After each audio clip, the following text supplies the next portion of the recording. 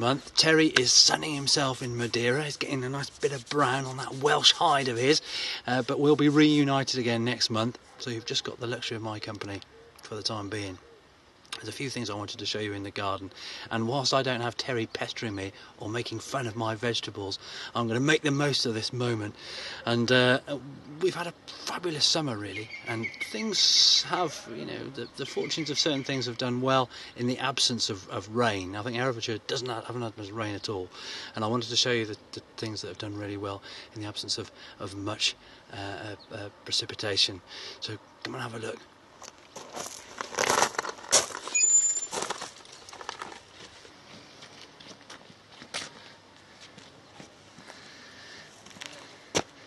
This is a fantastic plant, lavender. I mean, it's something that's synonymous with the edges, the borders of paths, because you brush past it and you get all this fabulous scent. And I particularly like it because it attracts thriving hosts of bumblebees. And in the summer, it's sort of evening now, you know, it's getting cooler. One of the last insects still working are the bumblebees. And there's certainly fewer species on here than there were earlier on today. But it just goes to show how these guys can work when everything else has gone to sleep, you know, and they're so important in a garden. I think bumblebees are probably one of our most important insects, because practically every tomato you eat, for instance, has been pollinated by a bumblebee. And there are tens of millions of bumblebees currently residing in greenhouses across the country, making the tomatoes that you see in the supermarkets. What's interesting is that bumblebees tend to be introduced into those greenhouses, and they are an animal that you can propagate, if you like, cultivate, because a queen will hibernate during the winter. All the workers die off, but the queens that emerge from the colonies will hibernate, so therefore they stay alive. So what people do that are cultivating bumblebees will breed queens, essentially, and every year that queen will emerge from hibernation in a natural setting, and she'll go and she'll forage, you know, and she'll find a suitable place to set up home. We'll go and have a look at some bumblebee nests later on in the garden, to give you an idea of where they like nesting. And different species like nesting in different places, but they particularly like warm places, you know, because that sort of accelerates the rate at which the colony can develop. So what tends to happen is that queen will be put into a greenhouse with a little nucleus, a nucleus of cells. So the first set of workers, which are usually very, very small bees, put in there, and they'll be left sort of ensconced in their little box, their little container, just so as they can get their bearings, really. And when they're released into those greenhouses, where practically every other life form is excluded, they've just got the monopoly on pollinating all the flowers, and they'll keep toing and froing. And a colony of buff-tailed bumblebees, of which there are a couple on here, which are probably one of our most common bumblebee. It literally has a buff tail, you know, a kind of black and yellow striped affair. In fact, a bit like this chap here. They generally are very docile. And what's particularly interesting is, rather than try to sting, she's just kind of poking her leg out. In fact, there might even be a male. And males don't sting. Male bumblebees don't have any sting anyway. So, but I'm not going to risk picking it up just in case. Female. The antennae on females tend to be quite straight and rigid, short, like little cow horns, I suppose. Whereas the males tend to be slightly grander, so a bit more like a long-horned beast, if you were going to compare it with both. But she'll probably spend the whole night there now. In fact, sleeping. They burn up energy. They get tired and they die. You know, a lot of the workers will die during the course of the season because they're just kind of exhausted. So they don't all just live to the end of the season and then die off at the end. You know, some of them don't make it. And I often pick up dead bumblebees, and I'll use those to take into schools and whatnot, show the children so they can identify different species.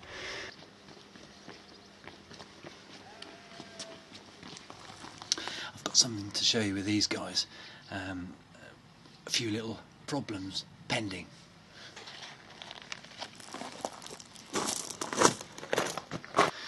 Every year I say I'm not going to bother about brassicas because, you know, it's a bit of a nightmare really with caterpillars and pigeons, and everything wants to eat them, and they've got the whole winter to survive, especially if you're trying to grow purple sprouting or spring greens. But nonetheless, as I was rummaging through some seed the other day to replace my my dried up spinach seed. I found some spring greens. I thought, oh, I'll do it. I'll sow some and get some going, because they are particularly delicious. You know, they have that early taste come next year. So I've put these in this seed tray, and I'll plant them out. In fact, I'll probably plant them adjacent to the leeks in amongst the remnants of the broad beans. But I just looked at these now, and already, before I've even planted them out, there are little tiny cabbage white butterfly eggs on them. Little tiny yellow protrusions.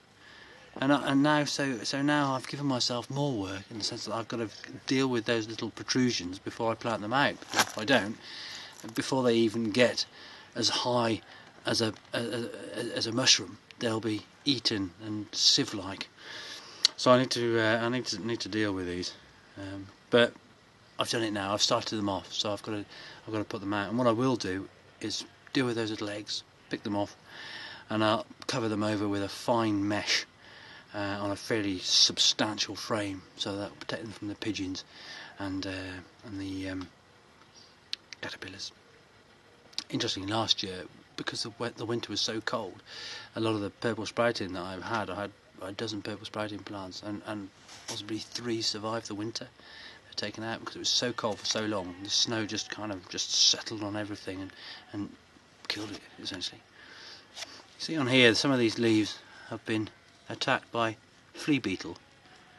You see on those little flea beetles, but that's not, that's not really harmless, not a problem, and it's only it's very sort of ephemeral. It's never going to be a major problem. On certain plants like rocket, you struggle to plant rocket and not have flea beetle in it, really, but it doesn't really matter to the strength of the plant. It just tends to detract from the flavour in a psychological sense, of course, because it's kind of got a few holes in it.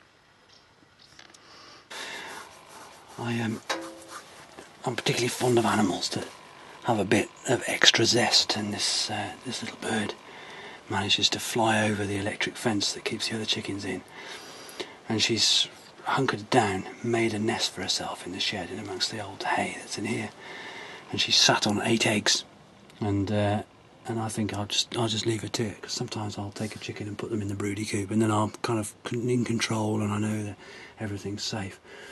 But because she's kind of taken the initiative, I think I'll leave her to get her clutch out, and then in probably 14 days time, 15 days time, she's been on the eggs 3 or 4 days now, I'll come and make sure she's okay, and perhaps put a fence around the door to keep predators out, put a little electric fence around the door, but she can stay in and have this run and have her chicks.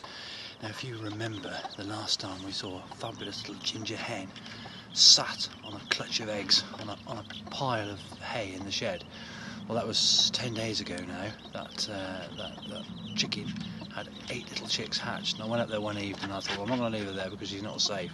And I picked up the chicks and put them in a little box, and I put them in this little broody coop, and they're all safe as sound. All their little wings are being feathered up, so 10 days old little chicks, fabulous little creations.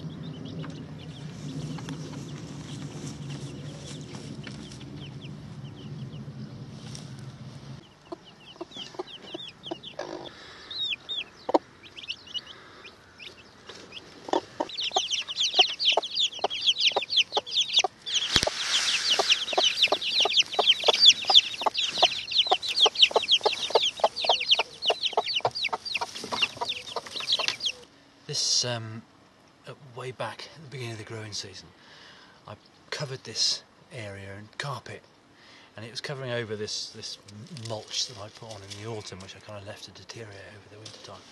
And I pulled the carpet back, and in this spot here there was a vole nest, not dissimilar to the one we found under the sheet of tin in the last episode.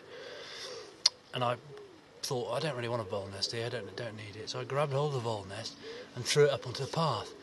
And as I did so, I realised that I grabbed hold of a whole cluster of bumblebees and chucked them up onto the path, and I thought, oh no, what have I done? I was beating myself up over the reality of destroying this fabulous colony of bees. So in a moment, I grabbed hold of the nest and put it back where I found it, hoping that I could see some cells in there, and hoping that the queen and the cells and things were all still intact, and covered it over. Unfortunately for me, these were common carder bees, and they're quite a docile bumblebee. As you said, there are bumblebees that are slightly more aggressive. None of them are really that aggressive. They're all sort of gentlemen of the bee world. And so I put that nest back in there. And I got this ridge tile and I covered it over to protect the nest. And I hoped that it would come to fruition. And sure enough, several months later, there's a thriving colony of common carder bees under here. And we've just zoomed in and we've seen one sleeping. Because I'm kind of tempted to take the lid off, but it would be very rude. So I'm kind of thinking it needs to stay there. But what's particularly lovely is that all these bees are rummaging around and they're pollinating all my beans, you know, that they'd be surrounded by. So off the back of just a little bit of effort and just a little bit of sort of observation, I'm able to keep this in the garden. And for me, these are the interesting things about gardening. This is what adds that extra dimension to the garden. The vegetables, I do this to get produce. I don't grow vegetables because it's fun necessarily. I don't find it particularly fun. What I do find fun is watching and hoping that I can provide some space for wildlife in the garden. And that's exactly what's happened here. There are also red-tailed bumblebees nesting down on the bank. We've just had a look at those, and I think all those guys are either asleep, or either asleep or they've been eaten by something. Because the reality is lots of things do like eating bumblebees, squirrels and crows and great tits, and everything will feast on a bumblebee if it gets the chance to do it, which is a real shame. You'll have seen these shallots the last time we filmed in the garden, and they're all completely dry. In fact, I've got to bag them up tomorrow because we're expecting some serious rain on Tuesday, so I need to hang them and bag them up and get them in the dry. But in the meantime, I want to show you a neat little trick, because we've had a visitor to the garden, and unfortunately it's Mr. Moley, who makes his presence felt in a big bad way, always, without fail. So I wanted to show you a neat little trick. I've got a few nice little red onions here as well, but I'm not going to spoil one of those beauties on attempting to deter a mole. But what we can do is, moles hate the smell of onion, and sometimes it works, sometimes it doesn't work, but it's worth giving it a go. What I'll do is I just cut this shallot into, and shallots are strong, you know, and I can feel it in my eyes picking up the shallot now as I'm cutting it. And I'm going to cut it into 4 pieces, and I'm going to put it in the mole hole. And this mole has been mounding my leeks. And where I put the leeks in amongst the remnants of the broad beans, they were doing quite well.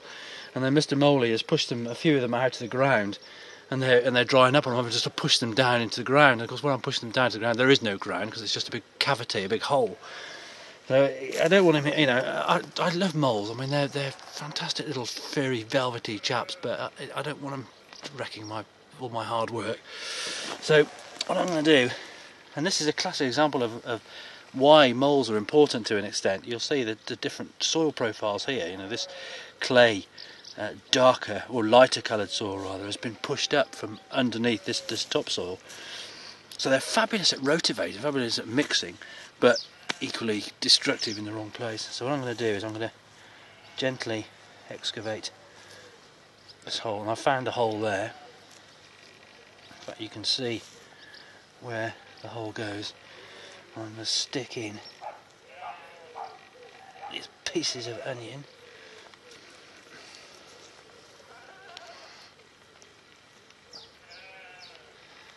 So Mr. Moley can smell that, and hopefully that'll make his eyes run and he'll leave my leeks alone.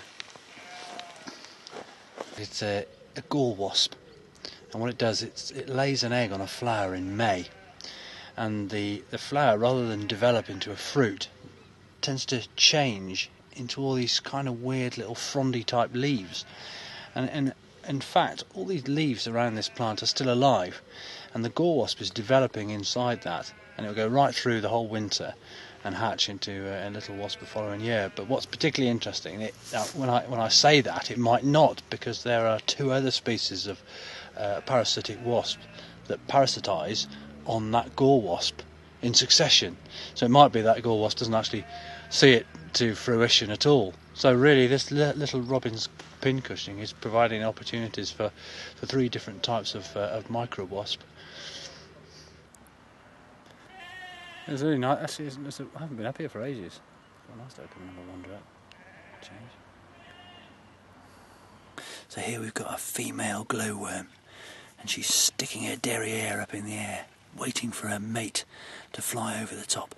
And there'll be little male glowworm beetles flying around in the sky looking for a little light to drop down to and have a bit of romance. You see there's quite distinct bands, can't you, in a two sort of concentric rings, and they work in the same way as, those little lights you get, those isotope lights that you snap and shake. They work the same way as that. So they've got the chemicals they mix in their derrieres. They've got it's luciferin and luciferase, the enzyme, and it's powered by our tryptophan triphosphate or something, isn't it? And essentially that generates that little light. If I put my torch on it, you can see. You see the grub now? You can see that perfectly now. See it's backside. I'll turn this off a sec because it'll be wondering what's going on. And they just spend their whole day really in amongst a longish undisturbed grass, and they'll eat relatively large brown garden snails. They eat a lot of the small white and brown lip snails. And they'll sort of amble up to a snail, and they've got quite big mandibles, and stick their mandibles in the snail and suck the juices. And some of the snails can withstand an attack. The big brown snails, they'll carry on, dragging themselves through the long grass with a glowworm attached to them, supping their juices. So wherever you've got long grass and lots of mollusk life, and it's undisturbed, you'll get glowworms. Well, that's it for this month. I hope you've enjoyed it. And what I would say is, if you get a chance, then post some questions on Gardeners Click and let us know what you'd like us to film. If you've got any problems in your garden, just give us an idea of what those problems might be, and then we can elaborate upon them and show everybody that's likely to view these episodes. So anyway, until next month when I'm back with Terry on the allotment, I'll look forward to seeing you then. Bye. And by the way, in case you're wondering why I'm whispering, it is in fact because my little baby daughter is upstairs sleeping, and the last thing I want